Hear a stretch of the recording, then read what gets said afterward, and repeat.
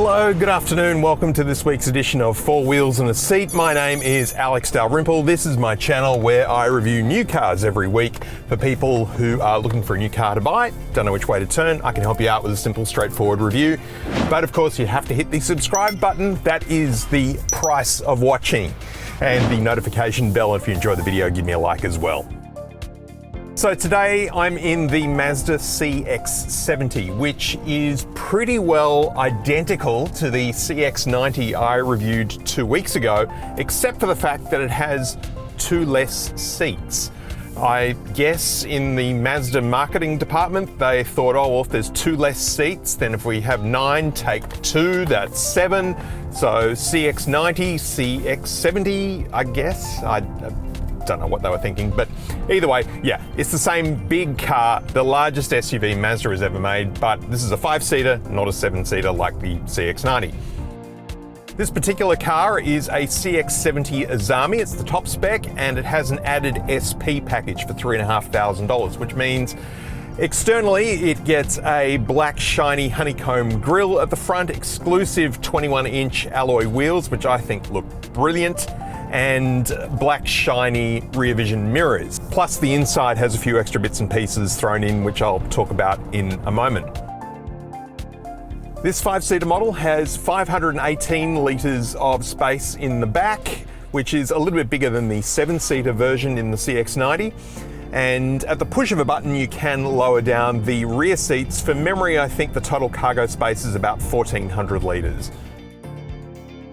All CX-70s and CX-90s have the same engine, which is a 3.3 litre turbocharged straight 6, but this particular car is diesel powered, which means that it has slightly different output numbers.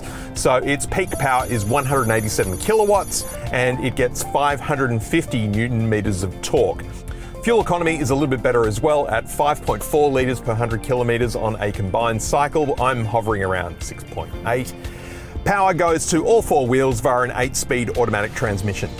And being diesel, it sounds a bit different too. It's a bit more burbly. The petrol version of this car is pretty much whisper quiet. You don't hear much from the engine at all, except for when you really plant your foot down.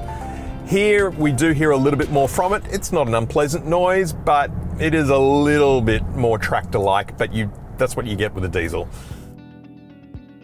Inside, and you can see that the Azami is a pretty significant step up from the entry-level touring model.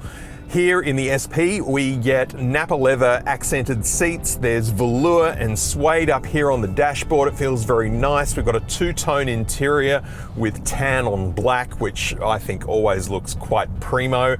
And the mix of materials is really, really nice. It just looks and feels great. Another big difference is the slightly larger infotainment screen. Here we've got a 12.3-inch screen versus the 10-inch screen in the touring model. To be honest, this software doesn't really need a big screen, but still it's nice to have. Mazda software does miss a few of the bells and whistles of some of its competitors, so you can't really go and install apps on it. There's no Netflix or YouTube or anything like that. But I mean, it still runs pretty well. There is a Bose sound system in here, which sounds really good. And Apple CarPlay works wirelessly, of course, and it works really, really smoothly and nicely. A major difference between this screen and the one I used in the CX-90 a couple of weeks ago is that screen would not work as a touch screen at all.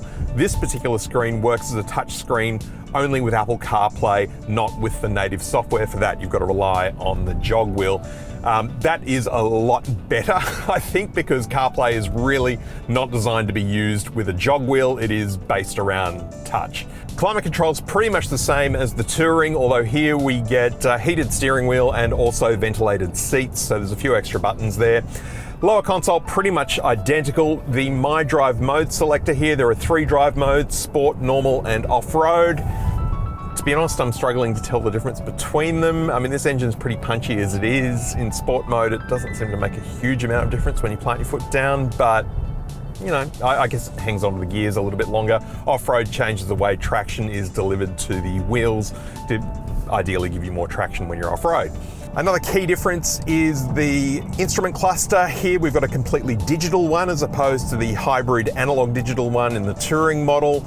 There's 2 display modes, it looks nice. There's no maps or anything like that, but you know, it's a nice looking screen. Also, here in the Azami, there is electrically adjustable height and reach adjustment for the steering wheel. There's only one thing I don't love about the interior color scheme is the color of the steering wheel. I wish it was all black rather than tan. A tan steering wheel, apart from getting dirty potentially, just, I don't know, it doesn't work as well for me. Is the Mazda CX-70 Azami a turnback car, a car so good looking that you have to turn back and look at it after you've parked it? Yeah, it looks really good. The Azami bodywork looks amazing and it is very eye-catching, and you're not missing this car on the road at all. It sticks out. And as a friend of mine said to me the other day, it looks a lot like a BMW. And that's pretty much who Mazda are going for with this car. I mean, they're starting to nudge into luxury territory, and they're doing a pretty good job of it. The ride in the CX-70 is just like the CX-90, a little bit on the firm side, and I think we probably noticed that a little bit more here in this car because the wheels are noticeably bigger and the rubber's a bit thinner. It looks much better, that's the trade-off, but look, it's not an overly harsh ride, but you do just sort of feel a few more extra bumps, especially speed humps, in the cabin than you would in some other cars. But the trade-off, of course, is being able to go around corners quite quickly as we are at the moment, and this is a lot of fun. So when I picked up this car, I didn't realize I was getting the diesel model. I started driving it and thought, gee, this is quite noisy compared to the CX-90, which was petrol. Just like the petrol model, this is also a mild hybrid, which really only comes into effect when you're traveling dead slow, like coming up to the lights, or you're stopped and the engine switches off and runs on battery power. I actually turn that off because I don't like the engine switching off at the lights. It's just a feature I don't like in any car. So I'm not really getting any benefit from this car being a mild hybrid at all. And even if you do have it switched on, the benefits are so tiny, really. You're saving, I think it's been estimated between 2 and 8% on your petrol bill. And look, I mean, that's not nothing. It's not huge.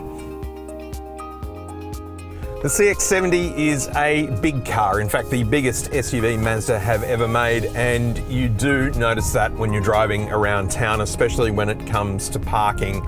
Thank God there are cameras all over the place, and the top-down 360 view is an enormous help. And you can also just feel its weight a little bit. The steering is quite, I don't want to say it's overly heavy, but there is a good amount of firmness to it. It's not the lightest car in the world to drive, but in terms of how this car sticks to the road, it is unbeatable. It just feels so solidly planted to the road. Very easy to maneuver around. No instability or body roll at all to speak of, really. So with cars like the CX-70 Azami, Mazda are really making a bit of a statement about where they see their brand going in the next few years.